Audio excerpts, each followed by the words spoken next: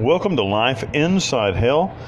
I'm your host, Brother Wild Bill. I'm the prison's chaplain as well as an inmate in the worst prison in Central America, and that's saying something. One of the worst prisons in the world, most violent and deadly, and this is my audio diary.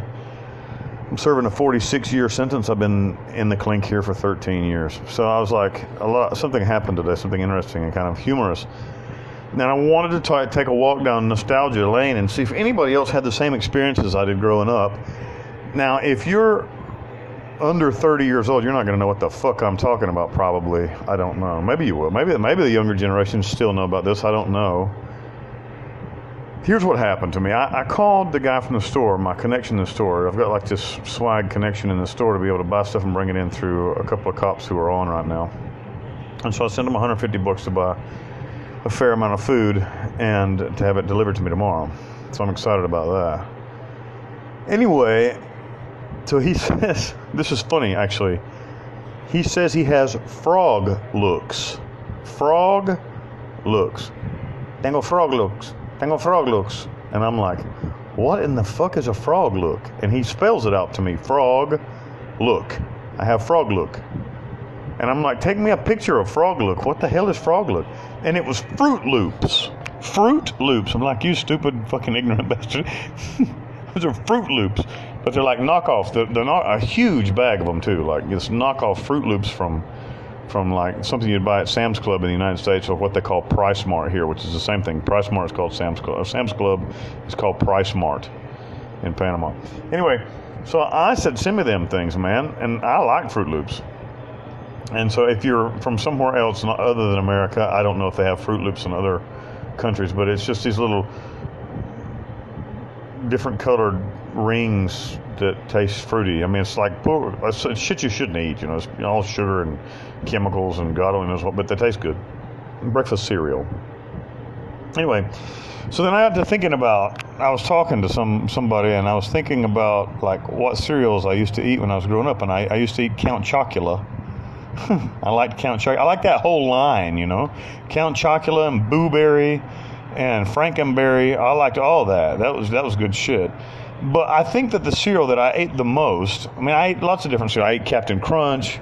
I ate Captain Crunch peanut butter. Like the old standby Rice Krispies, where you had to put like a pound of sugar on them to eat them. But I think the standby in our house growing up was Fruity Pebbles. I ate Fruity Pebbles.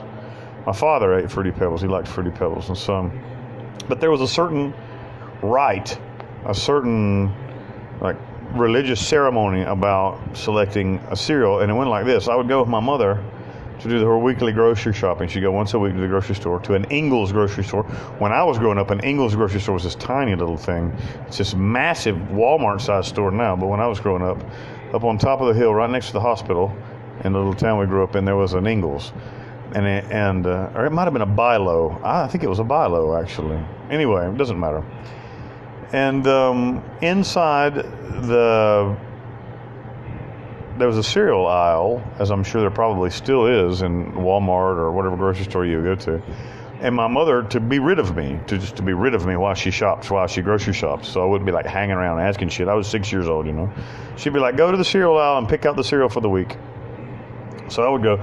And she didn't eat cereal, I don't think, but I know that my father ate cereal, and so, but it was like my big responsibility to pick out the cereal. And so then, like, I remember going down the aisle and looking and being like, now this cereal tastes like shit. I don't want the cereal, but inside the prize inside the cereal is a baking soda powered submarine. Holy shit. You know? And so I was like, I really want that submarine, but I don't want to eat that shit for a week. And so, you know, it was like decisions. And so, anyway, I don't know, I would always come back with a cereal, and she'd be like, are you sure that's the one you want? You can't change it. Yes, that's the one I want. So she'd pick it up, and we'd go buy it, and on we go. We leave, right?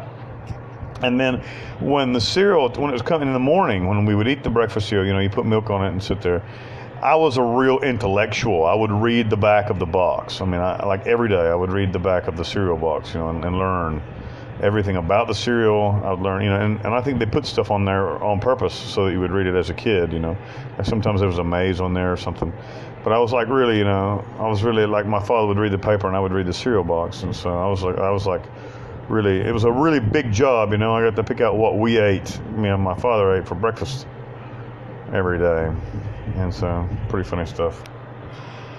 If you can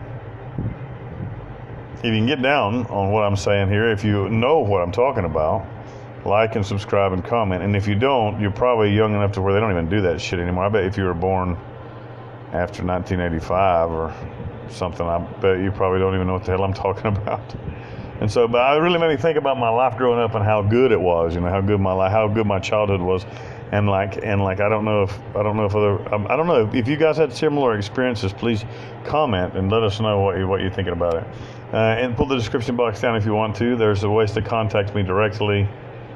Here I am laying on a prison bunk in Panama thinking about eating cereal in Western North Carolina back in the day.